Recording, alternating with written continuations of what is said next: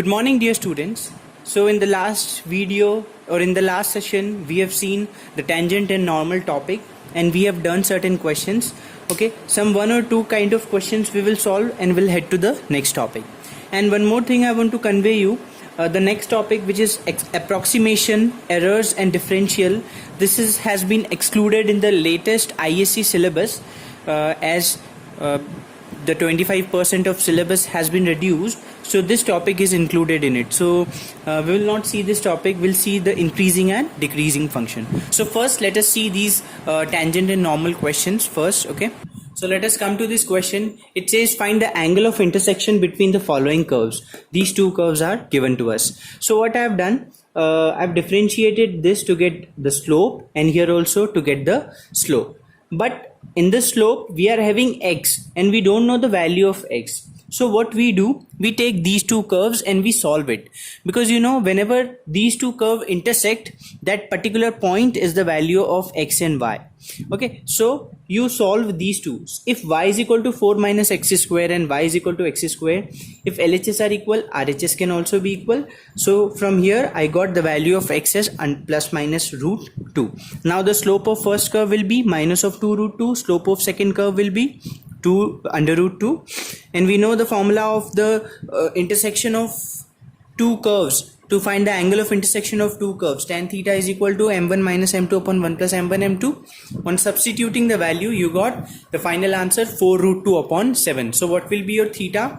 You can write theta is equal to tan inverse 4 root 2 upon 7, like this. Okay, let us do this question. Prove that curves xy equal to 4 and x square plus y square equal to 8 touches each other. Okay, we need to find that these two curves touch each other. Okay, so what we can do, as xy is equal to 4, so y will be equal to 4 upon x. We need that these two curves touches each other. So first we need their point of intersection, that where these two curves can intersect each other. So for that we are solving both the curves and getting the values of x and y first. So y, putting the value of y in this equation, is equal to 8. So 4, that is 16 upon x square, taking the LCM x to the power 4 plus 16 whole upon x square, that went that side. So at 8x square take here, and splitting the middle term we got x square is equal to 4 and x is equal to plus minus 2 as a answer. Now if x is equal to plus minus 2, then y is equal to 2 and minus 2. Okay, on putting their correspond simultaneously. So the points are 2, 2, minus 2, minus 2. Now the slope of first curve will be, differentiate this, the y will be dy dx is equal to 1 upon x, differentiation of 1 upon x is minus 1 upon x square. Hence we have differentiated.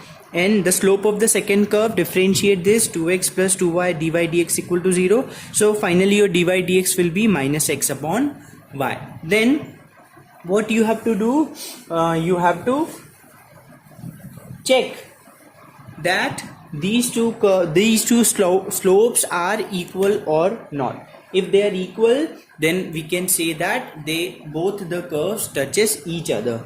So your first value dy dx will be equal to minus 4 upon, what is the value of x? 2 square 4, you got minus 1. Dy dx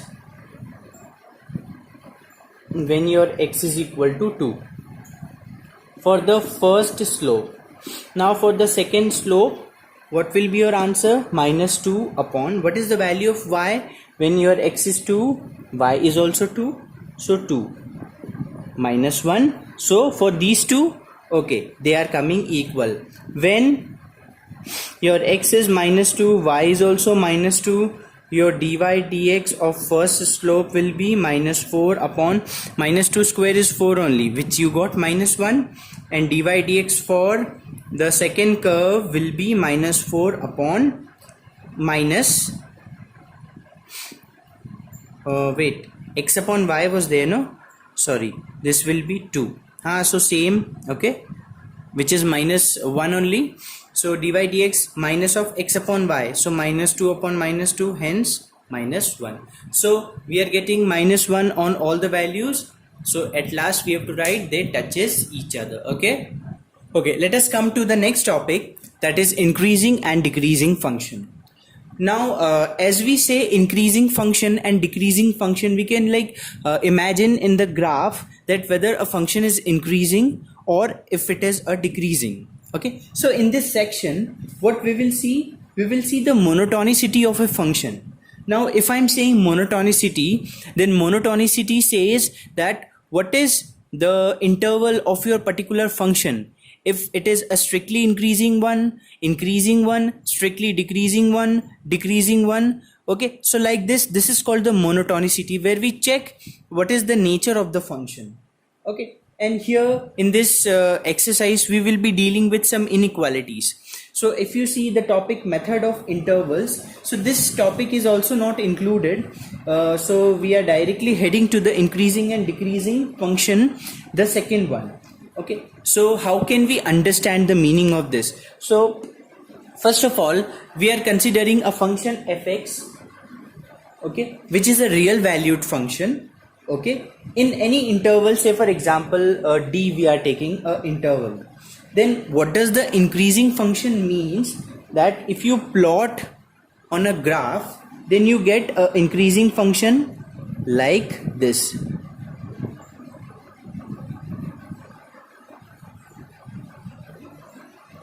Like if you see I'm giving you a very current example. Like if you see the data of coronavirus in India, so that is we can say that it is a increasing function. Why? Because we see that one day the data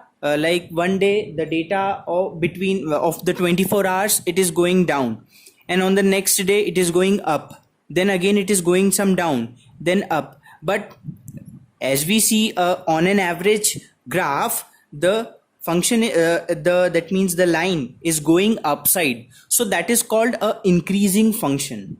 Okay, and if I say about the decreasing function, can you imagine how can be the decreasing function? Say for example,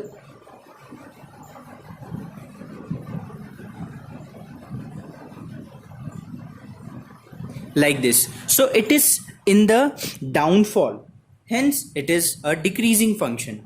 All right, so this is what about the increasing and decreasing function in a very normal language. Okay, now let us discuss about the strictly increasing function and strictly decreasing function. So strictly, if they are using, that means there is no break even point, or we can say a break in a function. That means if your function is increasing, it will go like this. Okay, and if your function is decreasing one, then it will go like this.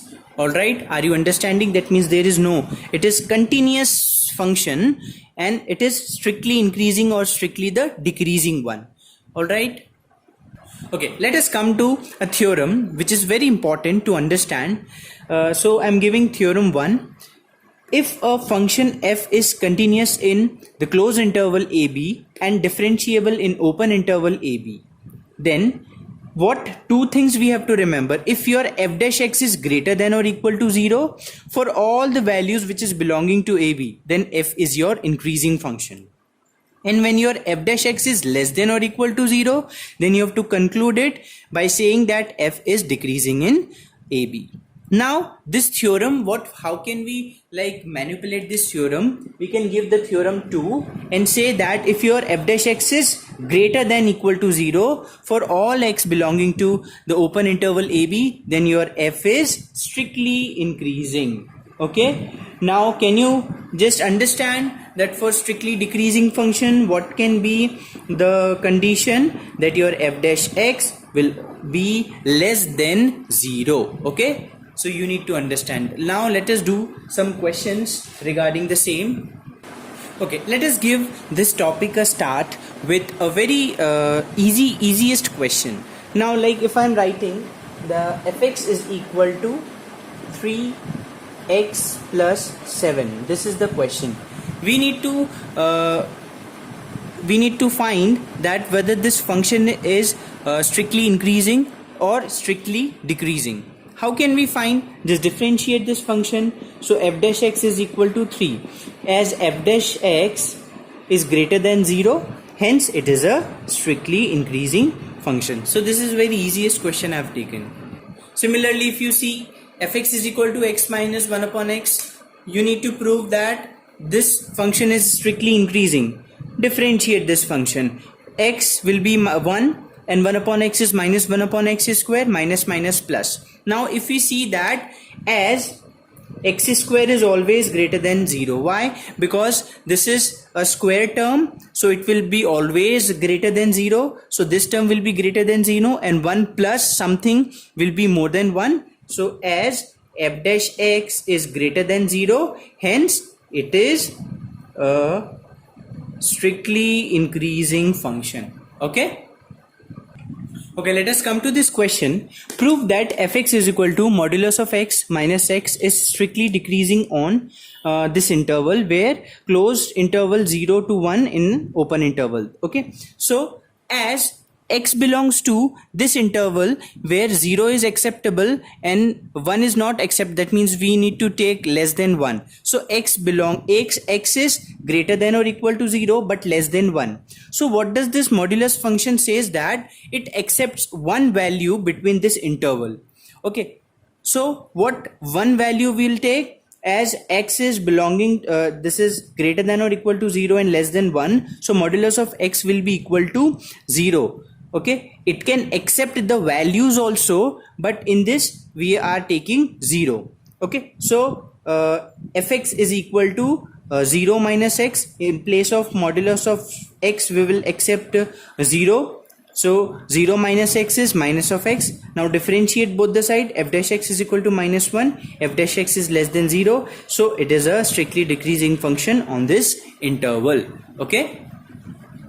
Alright, now like sometimes we suffer some questions where we are asked that prove that the following function are neither increasing nor decreasing. Now what can a function be a neither increasing or nor decreasing function? Yes. Say for example, the function is like this.